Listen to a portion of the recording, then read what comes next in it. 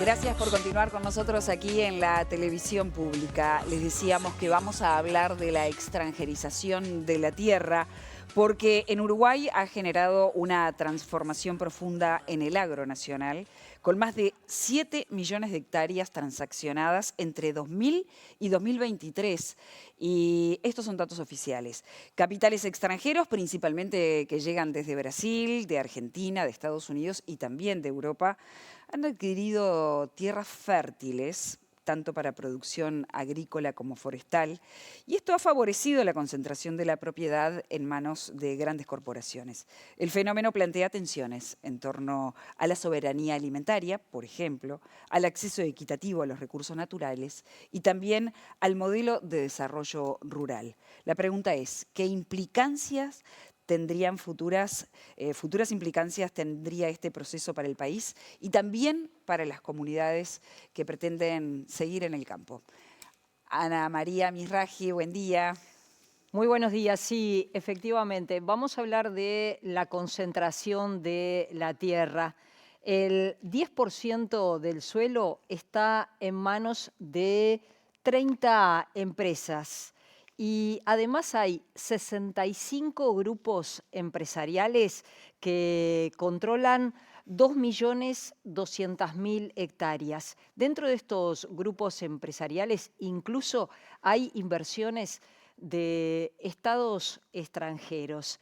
El 10% de nuestro suelo, de esa área, coincide con la propiedad de 21.645 emprendimientos agropecuarios. Fíjense que estos datos pertenecen al Ministerio de Ganadería, Agricultura y Pesca. Estos emprendimientos agropecuarios son de productores familiares, pero además en nuestro país, y este número, para que sepan, es dinámico, porque les vamos a presentar que ya se llevan vendidas en no menos de 20 años 8.700.000 hectáreas. Nos quedamos cortos. Este número pertenece a 2023, está en aumento en este 2025 y, como decía Gabriela, son capitales argentinos, brasileños, de estadounidenses y también de europeos. Hay un fenómeno de concentración de la tierra, pero también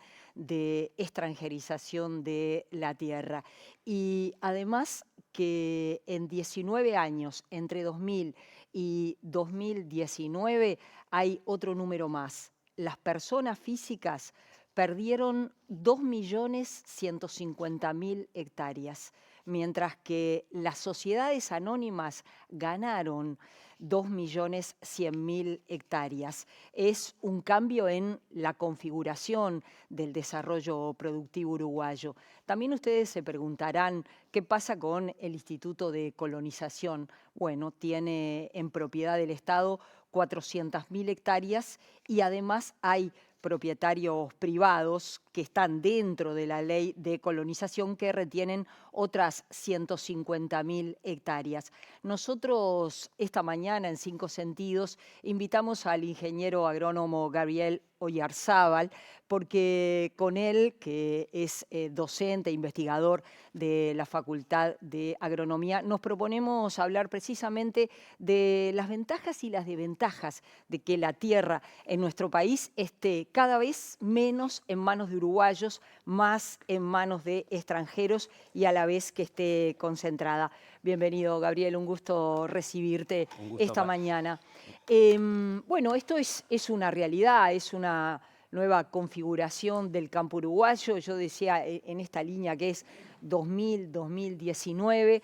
Tú mismo me has dicho, los números son dinámicos, cada vez es más la cantidad de tierras en manos de extranjeros. ¿Qué significa eso para la actividad, para el desarrollo del medio rural uruguayo? Bien, bueno, es una pregunta que no tiene una respuesta sencilla como todo tema complejo. Lo que es claro es que estas cifras que vos presentabas dan cuenta de una transformación muy importante, si quieren hasta radical, del paisaje agrario uruguayo, tanto en términos de dinámicas productivas, rubros y en particular sujetos sociales, empresas que se expanden y otras empresas de distintos tamaños que se retraen. Lo que es claro es que hay un proceso concentrador que no es nuevo, o sea, tiene larga data en el Uruguay. En todo caso, lo que vemos este inicio del siglo XXI es una intensificación de ese proceso, la aparición de nuevos tipos de inversor, hay algunos vinculados a fondos extranjeros, también fondos que algunos autores denominan propietarios institucionales. ¿Qué es esto? No es un individuo, Juan Pérez, sea uruguayo o sea argentino. Es un fondo de inversión de Estados Unidos, de Finlandia, o fondos de pensiones, o sea, como de las AFAPs uruguayas, que encuentran en activos como la tierra uruguaya un activo seguro para guardar su capital, obtener una renta durante y eventualmente hacer un negocio cuando vendan esos campos, quizá en 15, 20, 30 años, y hagan un diferencial entre el precio de compra y el precio de venta. Entonces, si uno tiene como una mirada un poco más global del proceso, más allá del caso uruguayo, lo que está encontrando es que el activo tierra, el activo inmobiliario, así como podría ser, no sé, un apartamento en Punta del Este, empieza a operar como una suerte de banco al aire libre. O sea, un lugar donde depositar ahorros o depositar un activo que quizá ponerlo en un banco da una tasa de interés negativa. Y en ese escenario, los campos en Uruguay se volvieron atractivos para diversos tipos de inversores. Es claro que los extranjeros han avanzado, pero también hay nacionales que están participando en ese proceso. Sí. No es un proceso simple desde el punto de vista de avanza al extranjero y el nacional se retrocede, porque hay nacionales que son desplazados, pero hay otros nacionales que se han acoplado al proceso. Y bueno, que es un trabajo bastante artesanal que hemos desarrollado con varios colegas, de reconstruir quiénes son los principales grupos propietarios, quiénes expandieron, quiénes retrocedieron.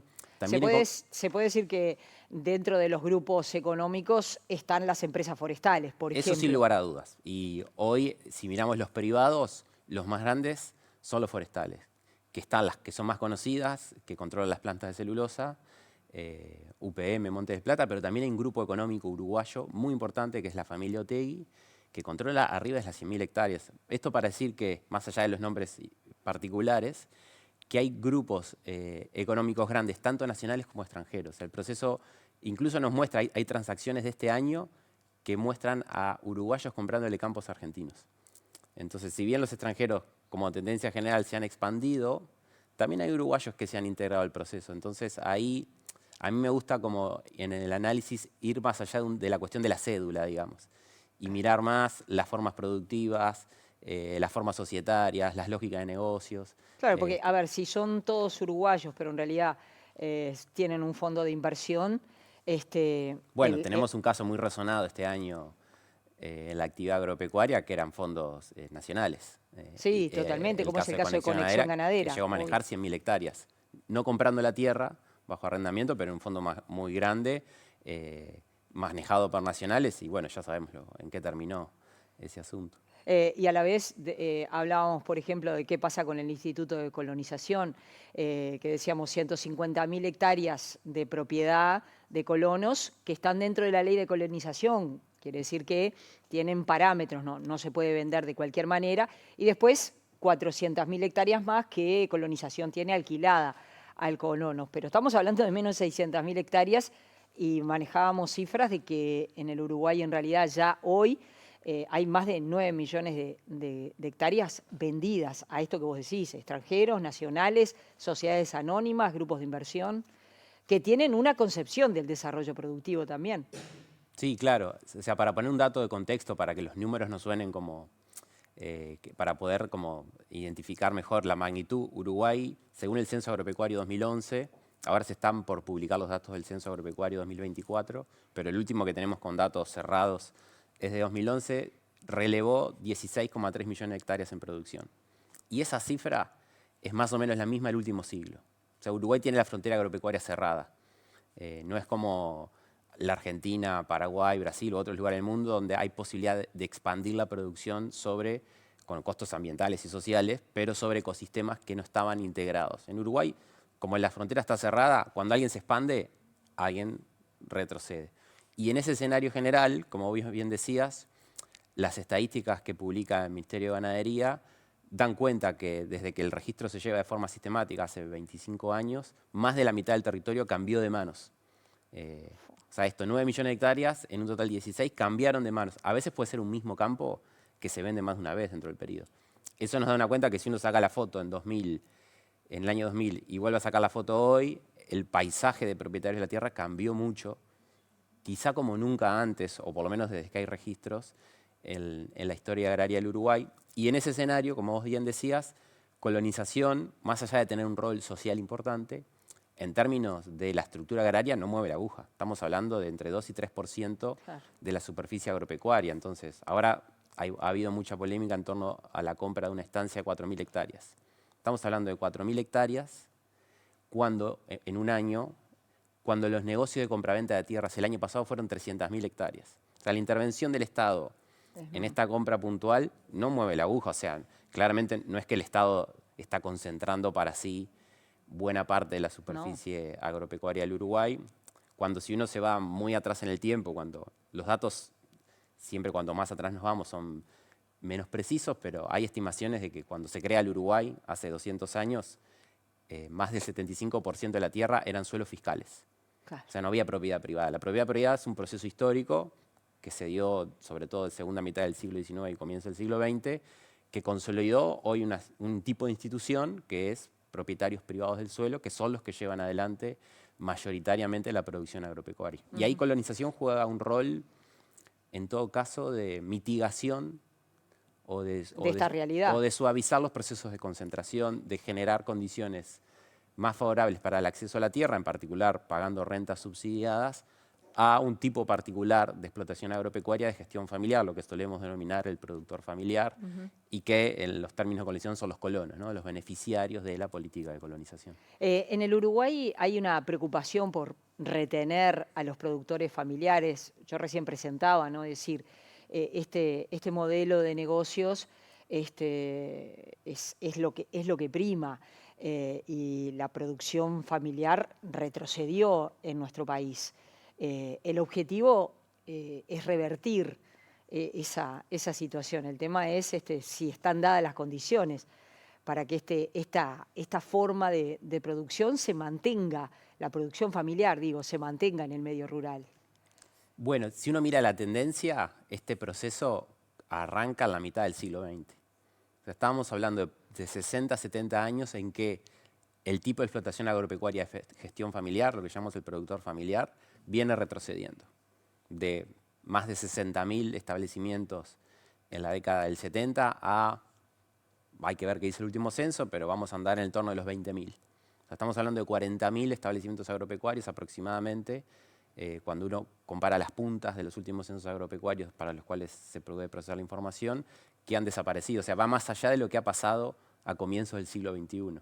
Y eso tiene que ver con transformaciones productivas y, si querés, está en la propia lógica de la organización capitalista de la sociedad, que tiende a la concentración. O sea, pasa en el agro, pero pasa en la industria, pasa en la banca, pasa en los supermercados. De hecho, el agro está menos concentrado que otros sectores de la economía. En el agro aún hay 40.000 explotaciones agropecuarias. Vamos a ver los frigoríficos, son 10. La banca, son 10. Grandes cadenas de supermercados, sí, son 5. O sea, todavía en el agro sobrevive una diversidad y una cantidad, en términos comparativos, importante de unidades de producción, si uno lo compara con estos otros sectores. Si uno mira, no sé, los vendedores de insumos para el agro, empresas gigantes como BASF, como Bayer, son 4 o 5 que se reparten en el mundo, literal. Claro. En el agro todavía sobrevive esta unidad de producción de pequeña escala de gestión familiar, que en Uruguay llamamos productor familiar, en otros lugares son conocidos como campesinos, pero la tendencia es que aumentan las escalas, se incorpora tecnología y los que no tienen las condiciones de incorporar esos cambios van quedando atrás. El problema que puede peligrar la soberanía alimentaria, ¿no? Digo, decir que en un país como el Uruguay, que es agroalimentario, que vos pierdas ese poder en el medio rural porque la propiedad la tienen extranjeros o sociedades anónimas, fondos de inversión, que piensan el campo con otro sentido de lo que lo piensan los estados o lo que se ha pensado históricamente en el Uruguay. Esto, es decir, tiene sus peligros. Sí, claro, o sea, la desnacionalización de la economía evidentemente reporta un riesgo, lo que no quiere decir que el nacional necesariamente va a hacer las cosas mejor que un extranjero. A mí siempre me importa introducir ese matiz. Lo que hay es clave es como sociedad más allá de quién es el titular del establecimiento, si es un fondo extranjero, si es un fondo nacional o si es el Estado, cuáles como sociedad los destinos productivos que priorizamos para el suelo de uso agropecuario, que no lo fabricó nadie. Fue un producto del desarrollo de la naturaleza, que los humanos explotamos, se ha apropiado de forma privada en el último siglo y medio, pero no siempre fue así. Y entonces un debate central como sociedad es, bueno, ¿qué usos, con qué fines, con qué regulaciones queremos manejar los recursos naturales? Que es el suelo, pero también es el subsuelo, son los recursos hídricos, es el mar territorial. Y en eso, ahí me parece fundamental pensar instrumentos, instituciones que garanticen la soberanía, o sea, que la sociedad uruguaya en su conjunto pueda debatir y deliberar, bueno, cuál es la mejor forma de utilizar estos recursos y los excedentes que generan, con qué fines, en términos de soberanía, de distribución del ingreso, de planes de desarrollo que le permitan al Uruguay y a su población soñar con un futuro mejor, digamos, por decirlo de alguna forma. ¿Y esas herramientas están en debate o no tanto? Bueno, más bien no tanto, diría yo. Por ejemplo, hablábamos de la herramienta de colonización, pero la herramienta de colonización hoy, a mi juicio, es un instrumento pensado para otro momento histórico, es una ley del año 48, que aunque pueda seguir teniendo vigencia ese rol específico en términos de generar mejores condiciones de acceso a la tierra de un determinado grupo social, como conversábamos hace un ratito, influye o incide en una superficie muy menor del territorio agrario. Entonces pensamos políticas generales. Es un instituto de colonización renovado, pensado para el siglo XXI, ese instrumento para planificar y diseñar el mejor uso de nuestros recursos naturales vinculados al agro. Quizás sí, quizás no, son otros instrumentos. Por ejemplo, se ha avanzado en los últimos años con ciertas regulaciones ambientales, porque este proceso de transformación productiva, esta intensificación de la producción que vino de la mano de la incorporación de diversos tipos de tecnologías, maquinarias, insumos, agroquímicos, generó impactos ambientales en términos de erosión de suelos, de contaminación de aguas, incluso de afectación de grupos humanos expuestos a agroquímicos, y eso requirió por parte del Estado ciertas regulaciones para disminuir ese tipo de impactos negativos. Bueno, ahí se avanzó, quizás es necesario avanzar más. Tiendo a pensar que muchas veces los temas de agro quizá no están tan presentes en la agenda pública y política, pensando en el lugar estratégico que sigue ocupando la actividad agropecuaria en el Uruguay. Cuando uno mira, por ejemplo, la canasta de exportaciones, sigue siendo la principal actividad que conecta al Uruguay en el mundo, y eso lo pone en un lugar central. Más allá de que la población rural o la cantidad de ocupados en el agro hoy es un porcentaje menor, estamos hablando de 4% de habitantes en el medio rural, 10% de ocupados en la actividad agropecuaria de la población económicamente activa, o sea, una población concentrada fundamentalmente en el área metropolitana, que está poco conectada a los temas agrarios, y quizá eso incide en la centralidad que tiene la agenda de lo agrario en el debate público. Eso no era así en los 60, cuando, por ejemplo, todos los partidos políticos tenían su programa de reforma agraria, desde los de izquierda hasta los de derecha. Todos decían, bueno, este problema lo tenemos que encarar y tenemos que pensar como sociedad qué estímulo le damos. Gabriel, gracias por haber venido Gracias esta mañana, un gusto recibirte. Nosotros seguimos en 5 Sentidos. Con los 5 sentidos